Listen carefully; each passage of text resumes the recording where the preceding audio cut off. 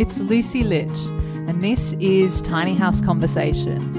It's the Australian-based podcast where I interview experienced tiny houses, tiny builders, and adventurers in the tiny world so you can discover how to create, build, and transition into tiny life.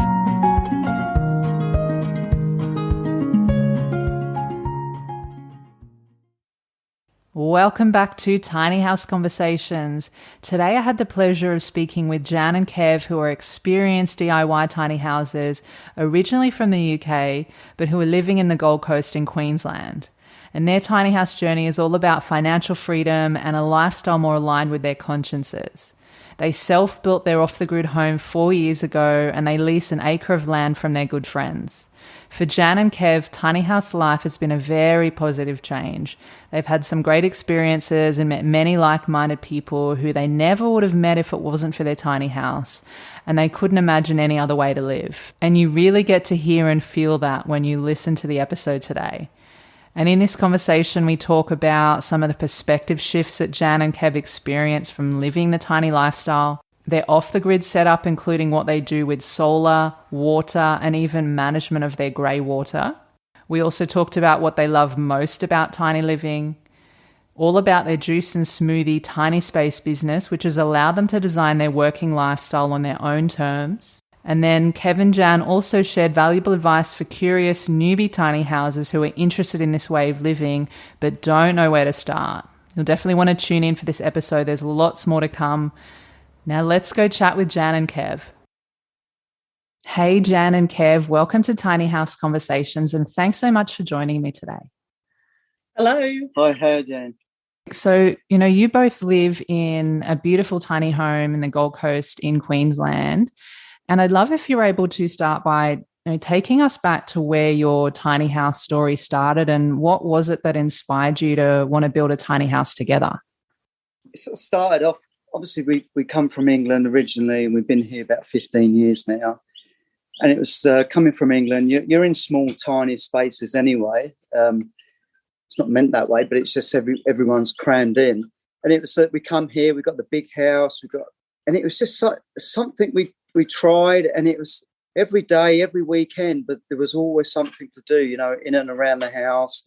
And then we saw a video of Minimalistics, I think it was, documentary, and it just sort of resonated with us, really. So we sort of looked into that sort of life, and then it sort of took us on to the tiny builds, and we were at the stage where all the kids were sort of leaving home as well. So that's basically where it stems from. Going back to basics and what's important. Yeah, exactly. Without a doubt. I mean, it's not until you actually do this type of living, it's that it sort of takes you down different pathways, and also pathways of thinking as well. It just makes more, life more simplistic. And, we're absolutely bombarded out there, with the TV and, marketing, and, you've got to do this, you've got to get that. And, it just sort of opens your eyes up a bit more, I think. Yeah, absolutely. You just mentioned there, Kev, about like different ways of thinking and seeing things. Do you have examples of maybe some of the shifts that might have come up for you now that you've transitioned into this way of living for a while? It really does clear your mind. When you're not worried about getting the car or the big house or things like that, it just makes you concentrate on more and appreciate more what you've got in the world, as in outside living. The big appreciation for me is how valuable water is now. Yeah, so more sustainable. So you're more aware of like nature. You're more aware of your impact on the planet. Number one, like one of the biggest things for us that was almost within 6 months of moving in here, we both actually became vegan. So because you live in as you do, you just become aware of what's going on around you and what you can do, even as like one person, your impact on the people around you as well. Yeah, definitely. And I think that it seems like an opportunity to make more conscious lifestyle choices, and that even though sometimes it can feel like, well, what am I what can I do as just one person? But if each of us, made a few small shifts in our lives, those little things do add up to big things collectively for sure. Oh, massively. Like our whole circle of friends, there's probably maybe one or two out of the whole lot that we've had no impact on. But everyone else, I mean, they're all taken a sort of a little piece out of how we've gone along. I mean, to start with, they all thought we were nuts. Because obviously that we were living the dream. We had the big house with the swimming pool and 2 full-time jobs and all of that, and they just thought we were absolutely crazy. And now 4 years later, everyone's like had a complete change of heart about the way we're living. And like many of our friends, actually 3 lots of our friends in the last 6 months have all turned vegan. I've got everyone composting. It's like nearly all of our friends are growing their own fruit and veggies. So yeah, you can have a massive influence. Wow, that's really beautiful to hear. It's really heartening, and I think it's an example of when you're living in alignment with what feels most true for you and what's important, and you're being this example that other people, not everyone, but other people tend to come along for the ride, maybe in their own time, and like this source of inspiration for those in your community and your family. So that's really beautiful. Yeah, no, it's good. Definitely. So again, it's not for everyone, but yeah, if you asked me 20 years ago whether I'd be living the way I live now, people would just laugh. I would laugh as well. It's not until you actually do something like this, something different, and it's not scary and it's not difficult, but it's not until you do something like this that it really does open your eyes. I don't think, all right, you can listen to people that do it, but until you've actually done it yourself, I don't think you can actually appreciate, because I think we all take something different out of it. Yes, definitely. It's having that direct experience of it for yourself. And, you guys have DIY'd your tiny house and you're off the grid, as I understand it. And I'd love if you're able to share with us, what your setup is like off grid in terms of things like solar and water. The electric comes from solar. So we've got 4 390 amp hour batteries, 3 solar panels on the roof, and we've just got like a little setup that we've got on the front of the trailer, which is the A-frame. I just put a little shed in there, and that basically sits all the solar system. Regards to water, we've got a 5,000 litre capacity water tank, which isn't enough. It's been okay, but if we did it again, or we had room, I'd put another one in. So probably about, for 2 of us, probably about 10,000 litres would be ample. But having said that, this year, this year's been all right, because obviously Queensland summer's been so wet this year, so we haven't had to pay for water at all. But we've probably, in the last 3 previous years to that, we've probably had to fill it up twice a year, just because of the fact that we live in southeast Queensland, really. So when you've had to fill it up those times, do you use something like a local water carter or something like that? Yeah. We don't like to do it though, because they obviously the water that they give us is treated, whereas our water is rainwater, which goes through a charcoal filter, and the difference is just absolutely amazing. So as soon as they do a fill up, you can smell the chemicals in the water straight away, because you're not used to it. Did you use any kind of water filter on the inside of your home at those times to filter that water, or? Yeah, it goes through a filter system, regardless whether we get a town tanker in or it's just rainwater, because it's all mixed in together and it's all filtered. Okay, beautiful. And what kind of setup do you have for managing greywater? Greywater is just filtered out into the land. So what I've got is a pipe that comes from all the sinks, the showers, and what have you. That just goes out. And what I've done is just basically filters out through a series of trenches through the land. like you would do on a septic system, really, but it's a simplistic one set up. Okay, great. And you have a composting toilet as well, yeah? We have, yeah. Yeah, and how has that been going? I think everyone should have one, personally. They're like, it's like, I was actually the most worried about it. Being London born and bred, I was like, compost toilet. I was thinking it was going to be horrendous. But it's, you don't have to clear it out, I do. Yeah, well. But yeah, I mean, it's so clean. We empty it maybe once a fortnight, and it's or Kev empties it once a fortnight. Yeah, and it's like literally, it's like you probably use about 3 cups of water a day, as opposed to bloody hundreds of litres for a normal toilet. And there's zero smell, which is the thing that most people worry about. The one that we got has got like a little suction, like a fan inside, and it blows all the smell out through like a little air vent. And it's like, seriously, it's the best toilet ever. No, it's a good system. And you know what? Where I compost it, it's but we've been here 3 years and 4 years, is it? Yeah. Okay, 4 years, and it's the soil down there is amazing. And it is easy. Once you get used to it, it's easy.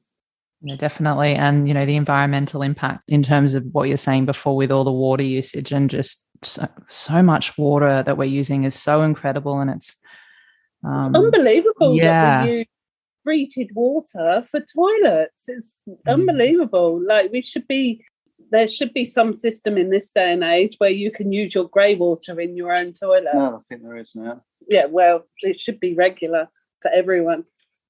I'm reading you guys might have read it or heard of it, but the Humanure Handbook, which I know is like a staple in the tiny house world and for people, especially around composting toilets or dry toilets.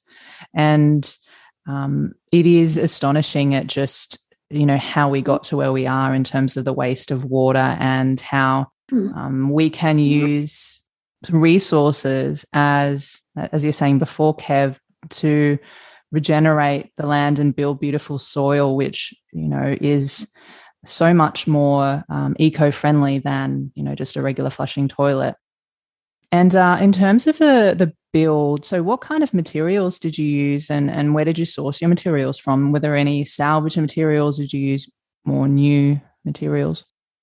Yeah, well, the framework we had built in steel, because obviously we want to keep the weight down to minimal, and also termites as well.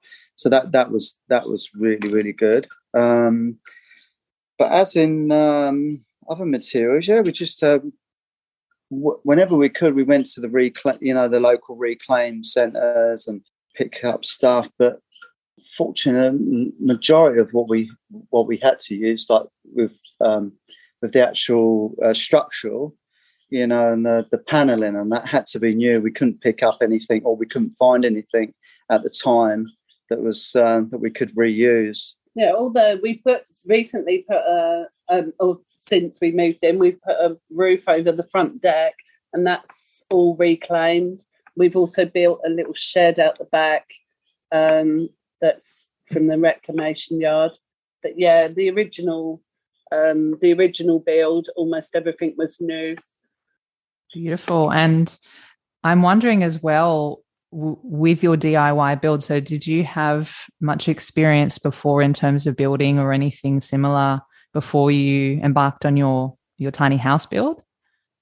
I've worked in the building game for quite a long time now. So I'm a plumber by trade, but I've always worked with builders and alongside builders and other trades. So, and always picked up a bit here and there, and nothing was really, apart from the electrics. You know, I could run all the wiring and do, but you know, I had to get an electrician in to finalise everything. But yeah, other than that, everything was, it was just. I'm a pretty good labourer as well, aren't I? You're good as well. Aren't you? I'm good with a wheelbarrow. I love it. I love it. Did you come up against any really big challenges during the building process? Yeah, no, the weather was, because we built on site, and we started it in January, which is obviously middle of summer. So we quickly learnt to wear big hats and lots of sunscreen. And then when it rains, it absolutely chucks it down. So that was one little tip for your listeners, that if they're ever thinking about, building with a trailer. What I had is that I wanted to insulate. So the trailer maker that I got, he put a lower floor, so you had the beams set up with the lower floor, so I could, if you're looking down on the trailer, I put insulation in, lay the insulation in, and then my idea was to put the subfloor on top, which that happened. I did that, and then I put some sheeting over it to protect it, which I thought protected it, and then we had quite a bit of rain, and then long story short is I had to go up underneath because the rain got in and just sat in between that void, if you like. So I had to get underneath and drill out all the rivets and drop the panel down and take all the insulation out. So I definitely recommend doing it, but make sure when you do it, make sure it's 100% waterproof. No rain can get in. Or build inside. Yeah, I've heard that before from other people too. Did you build your home on the land that you're parked on now? Yeah, they just bought the trailer straight in, and then we bought all the materials to the trailer and worked from there. Right. That's great. Yeah. So you didn't even have to worry about towing it to the final location, which is great. No, the only thing we have to worry about is whether we can get it out of the location now. Yeah, I guess you have to cross that bridge when it comes to it. Yes. Yeah.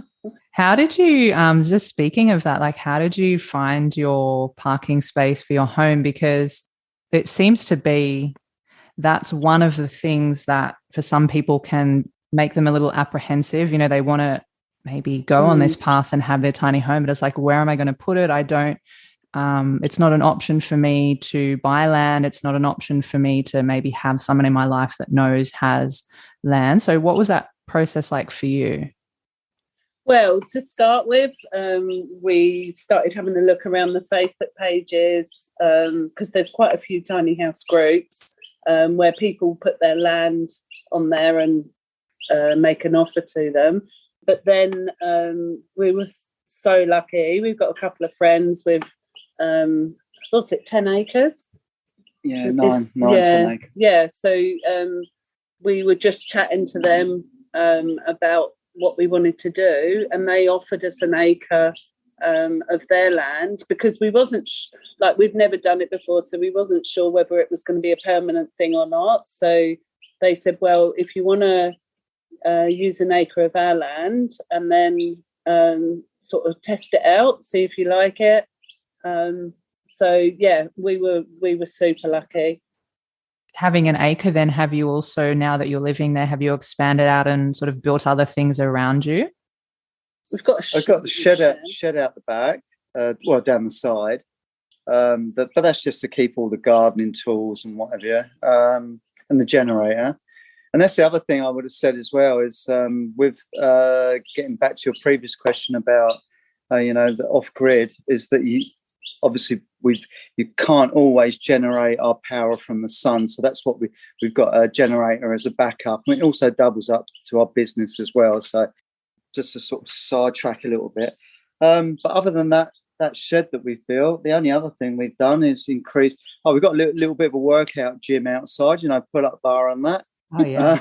And then it stands on its own for a long time. And then the garden beds, and that's about it really. That sounds perfect. Oh, we did build a little lawn out the back, because we've got two little granddaughters, and we needed to make a little space where they can come and play. So we've put a little lawn out the back as well.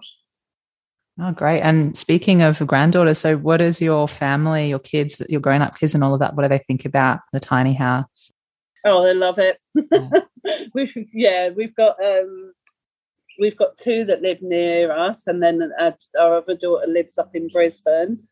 Yeah, we never have any shortage of offers to come and look after the dog if we're away, or it's like, yeah, we're pretty lucky. And they've actually all said to us that they're pretty proud of us for the way that we live as well. That's lovely. And I can imagine it would be a really nice time to entertain people, bring people into the home. And where you are in the Gold Coast in Queensland, I think it is quite warm most of the year. Am I right? Yeah. Yeah. So what do you do for cooling in the summertime, especially when it gets quite warm? There's really only probably a couple of weeks of the whole year when it's sort of pretty unbearable, and then we go off down to the creek. There's probably about 20 minutes away. We've got a creek where we can go and cool off. But we have got two massive ceiling fans, which do actually really work well. And then we've got another fan over our bed for night times. But being right on the top of a hill, we get some really great breezes up here too. So we've got massive bifold doors along the front, so we'll just open those up. It's very open plan. To be honest, we haven't had that much. Hasn't been that unbearable, really. But in terms of cooling, and the only other recommendation I would make as well, in our sleeping loft, it's high up. So what I would recommend is that you create some sort of cross breeze, because all we've got at the moment is one window. I'm thinking about putting a second window in, so it creates that cross breeze. But it can get quite stuffy up there because all the heat rises and tends to go into that sleeping area. Like Jan said, it's not unbearable. It's only a few times where it's been uncomfortable and we've had to put the fan on full. But I may put that second window in for that cross breeze to counteract that, really. Yeah, it's the ventilation aspect. And what size is your home? I think it's possibly on the bigger side of tiny houses.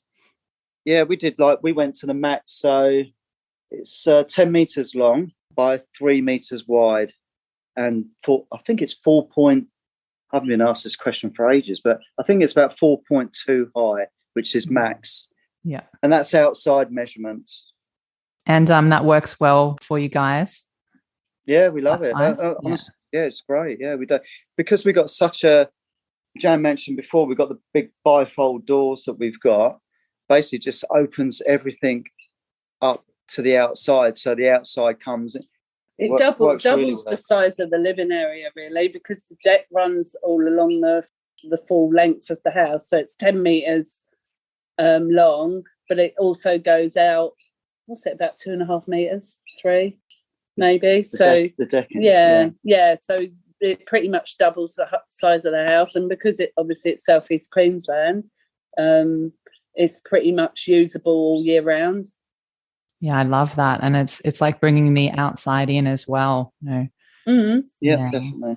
Yeah, it doesn't feel claustrophobic at all. In fact, like people that have come up, that's the first thing they say. They think it's going to be like tiny house, but actually, a lot of people have said they've lived in smaller apartments. Yeah, that's right. It's so true, actually. A lot of the apartments and units out there can definitely be a lot smaller than some of the tiny homes. So I'd love to know, what were some of the non-negotiable features for you both when you were thinking about what you were going to design and build? It was the settee for me. Oh, the sofa. The sofa settee. I don't know what. I said, there's no way I'm having a sofa that's built in and just upright. Oh, because you see them, don't you? When you watch the videos, people build their like sofas to have storage, and they're like very right angled. We did actually think about putting a second bedroom in, because we did originally have the frame built for a second mezzanine level. But then when we started to actually build, we took that out because the ceilings being really high, it just opens the whole living area up, and it would have just been cramped, I think, to put that second level in. So that was for everything, I just wanted everything to be, because you've got limited space, I just wanted everything to be exactly what we needed. Everything here is got to be of use. So there's not really a lot, apart from the sofa, that is just ornamental, if you know what I mean. Yeah. Was there anything like in terms of, like kitchen space or having a deck or, other aspects that you were particularly fond of? Yeah, definitely I wanted a real oven because I like to cook. So I didn't want, you can get these mini ovens and stovetops in tiny houses. So I had to have a real gas oven. And yes, the deck, 100. You couldn't live here comfortably without the deck, really, because of the land is quite sloped. And I think I love the idea of actually having a deck too, because as you say, it creates more space. You're able to be outside more and you can entertain, have people around, and just a really, really nice feature.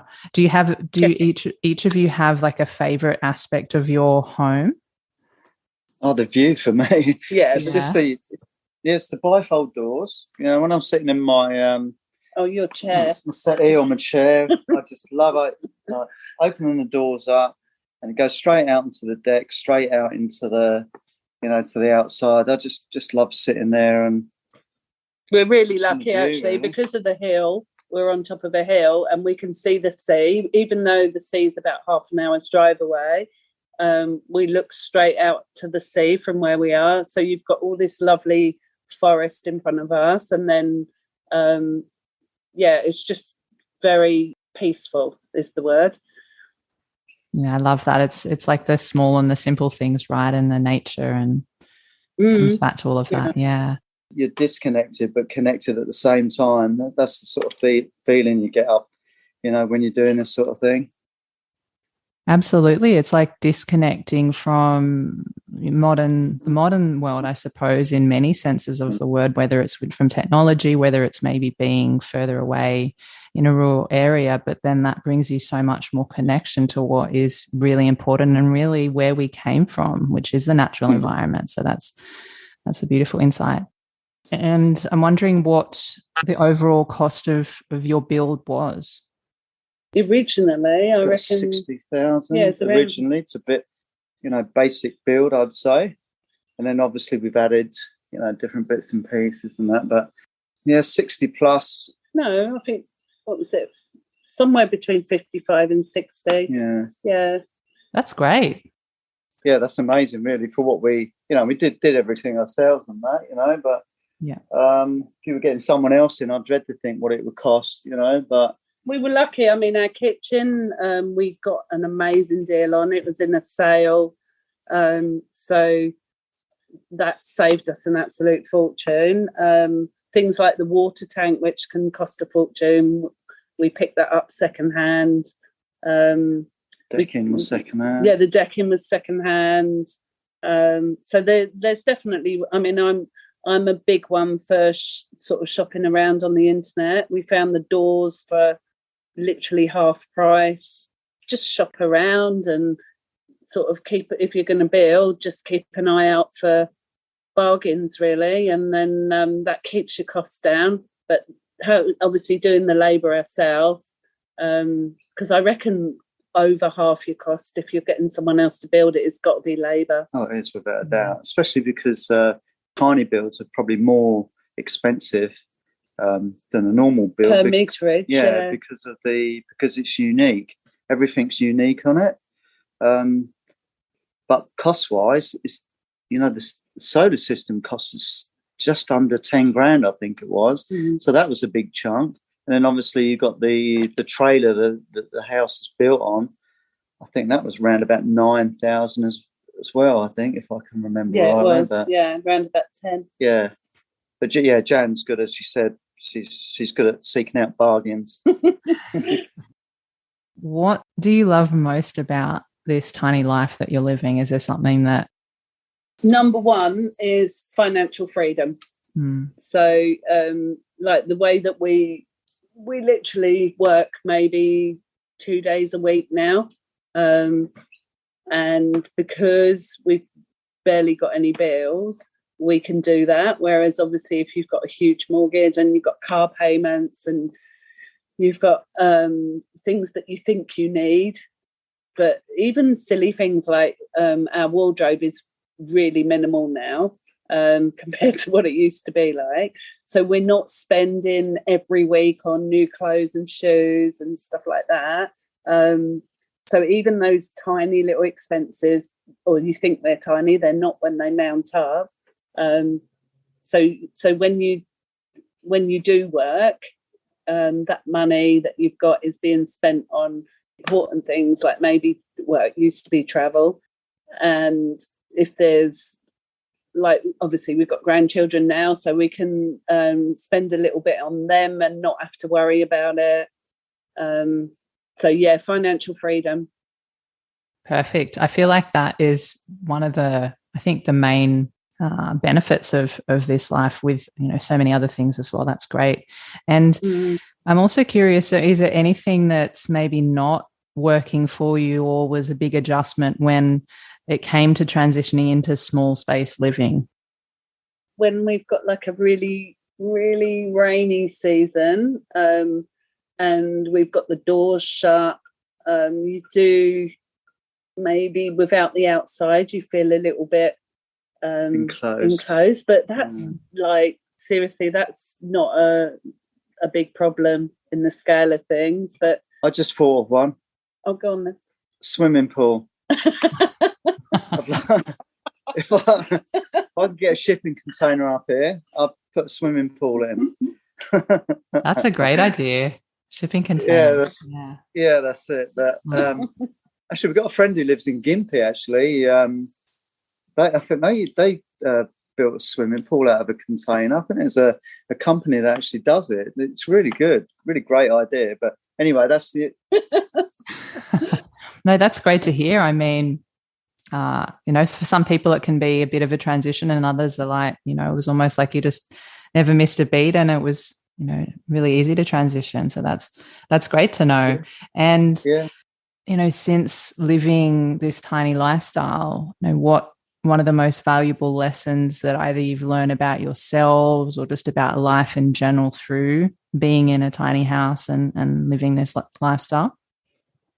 I think that's got to be like what we first started talking about, really, is that you learn about your impact on the environment, which sounds huge, but you actually do, because if you're watching how much water you use, you're aware of your power and that sort of thing. And obviously with growing your own fruit and vegetables, you're learning about that. Yeah, I think that's probably the thing, learning about your impact on the world around you. I think from me as well, it's like the stress. I think the stress of, I'm looking down on the Gold Coast at the moment, and it's a beautiful place. It really is. I mean, anywhere you live is beautiful, but it's just you just seem to you just seem to be in a bubble. That's what I felt. It's that you're in a bubble, and you're stressing over things that you think that are important. And it's not until I come up here, and I didn't do it for these reasons or anything. It's not until you come up here and live the way that we live now. We're not hermits or anything like that. We go out. You're we go to really nice. I look like one. Really nice restaurants, but everything we do is quality now. Whereas before, I think we were just stressing over, we've got to get this and we've got to get that. Do you remember? I don't know whether we were online at the time. I was talking to you about the TV and the media, and like just completely overwhelmed with all this information. And I just think for me, it's sort of de-stress. I think I'm more concerned about things that really, really matter now. Yeah, so that's it for me, I'd say. Do you feel like so much further away from all of that now, that what you're talking about, like with all that, the media and the striving and the doing and the living in the, I guess, in the system, the rat race and all of that? And does it feel really far away? It does. It just seems that you're more, from my point of view anyway, my mind's more clearer to think. about things other than just doing for the sake of doing or seeing. You know, seeing something on the TV or hearing something on the radio. You know, we've still got TV, we've still got radio, but we're really, really careful with what we listen to and what we take in. Things are a lot clearer. Yeah, I'd agree with that. Yeah, definitely. Yeah, just so much information there that you're too much information out there, I think, and you're just bombarded with things. It's one thing after another, and as I said, so simpler life. Yeah. So you just concentrate on the things that you think really, really matter. Yeah, and being able to be more present in your life, like what's right in front of you, as opposed to all the things that are flying at us from all different directions, trying to take our attention away and make us think that we need to buy this and buy that, or do this and do that to be happy. And really just coming back to more connection with self and with the earth and with each other. And I think at the end of the day, that's the most important thing. So that's exactly it. It's not until you step away from it that you see it, but when you're in it, you don't realize. Yeah, when you're in the experience, it's not until you step outside and you can actually like almost look back at yourself or life or society and see it with a clearer mind and a different perspective. So, looking back now, you've been in your tiny home for about 4 years, and is there anything that you feel like you do differently with your build? Any modifications? Anything that maybe you didn't include that you would have if you did it again? Or up in the sleeping loft. So there was a through draft. Yeah, so there's which creates that natural through draft. And the floor. The floor. When all the water got into the floor, yeah. What I mentioned earlier about the double skin, the insulation. Yes. So that was a definite no. Other than that, I don't think there isn't really anything else we'd change, is there? No, and the water tank, getting a bigger water tank. But other than that, I don't think there is. That's great. And I think anyway, there's lots of opportunity to add things and change things as you're there now living there. So that's exactly right. And I think it's, again, what's so good about the tiny builds is that you're generally building yourself and you're designing yourself. So you're actually building exactly what you want and you think that you need. So yeah, you customize it to the way that you live, really. So like if you wanted a huge bathroom but a smaller lounge, obviously you're going to do that. Our kitchen's probably bigger than our lounge or thereabouts, mainly because we like to cook and that. So whereas somebody else would probably have like a much smaller kitchen and a bigger lounge area. Yeah, well, it seems to be like, as you were saying, Jan, figuring out what's most important to you, what your values are, how you're going to live, how much time you're going to spend in each space. If you're going to spend more time in the kitchen, maybe have a bigger kitchen with more features. It's so great to know that I dare I say probably every single tiny house that's out there is different and unique in its own way. There's not one home that's exactly the same as the next, because it's a reflection usually of who's living in it. So that's great. Yeah, definitely. Yeah, that's I mean, you see like if you're watching videos or looking at pictures, you'll see some of the same features coming up, because I think like when we first started designing ours, you tend to go through YouTube and look at all the videos, and so you're selecting your favourite bits of each of those houses, and obviously that's going to give you ideas. But that's the amazing thing about tiny houses. They're so eclectic because of the people that are living in them. Yeah, and really there's so many possibilities, and and so much room for creativity and using inspiration, as you say, from lots of different places and different people's tiny homes. It's really great that there's an opportunity to do that. I'd also love to know, is there anything that you both wish you knew back when you started your tiny building journey, or when you started on this path of tiny house living? I don't know. I think we've been really lucky, actually. It was pretty smooth all the way through. So other than those little tweaks that we mentioned before, I don't know. I mean, obviously we've been around a long time and been together a long time, and it's probably been, I would say, 4 of our best years, really, and definitely the most transitional. That's for sure. I just don't want to come across as being perfect, but we've been really lucky. Yeah. I mean, that's great. I think there is also something to be said from just learning as you go, learning by doing, and, maybe you make mistakes along the way and then you learn from those and you grow from those, you experience it together, and then you just keep moving forward and just always continually learning, and everything just is as it is. So yeah, sometimes I think it depends, because I know some people say, oh, I wish I knew this back when I started, and others are like, oh, actually, everything just, even if it was challenging, even if we were frustrated at each other or whatever it might be, it all turned out really well. Yeah. So I think our biggest lesson of that was when we emigrated to Australia, actually, because we'd never actually been to Australia before. So when we touched down to live here, that was our first time landing, and we literally sold everything in the UK. We had 3 kids, including 2 teenagers at the time, and just landed, had a 3-week rental on the beach, and we went for it from there. So literally, when you've done something like that, it makes you brave. You don't worry so much when we went to build the tiny house. It wasn't too scary, really. Yeah, it's another life experience or a growth experience or opportunity. So yeah, definitely. Just changing gears here slightly, I know that you guys have let's call it a tiny space business of sorts, where you've converted an old caravan, and I'd love if you're able to just share with us a bit more about that. Yeah, well, that was basically that was our way of getting rid of our full-time jobs. So I used to be a hairdresser, and as Kev said, he was a plumber, which we've been doing for decades.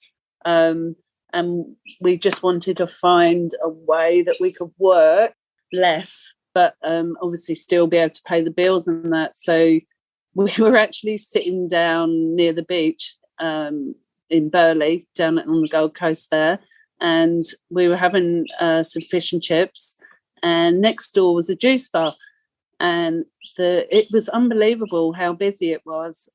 Literally, that was the moment we were like, we should start a juice business. So one of our friends, who's an upholsterer, he had an old van for sale. This was our first van, because now we have a caravan, but back in the day we converted an old Ford Transit, and we started selling juice at local markets, and it just escalated from there.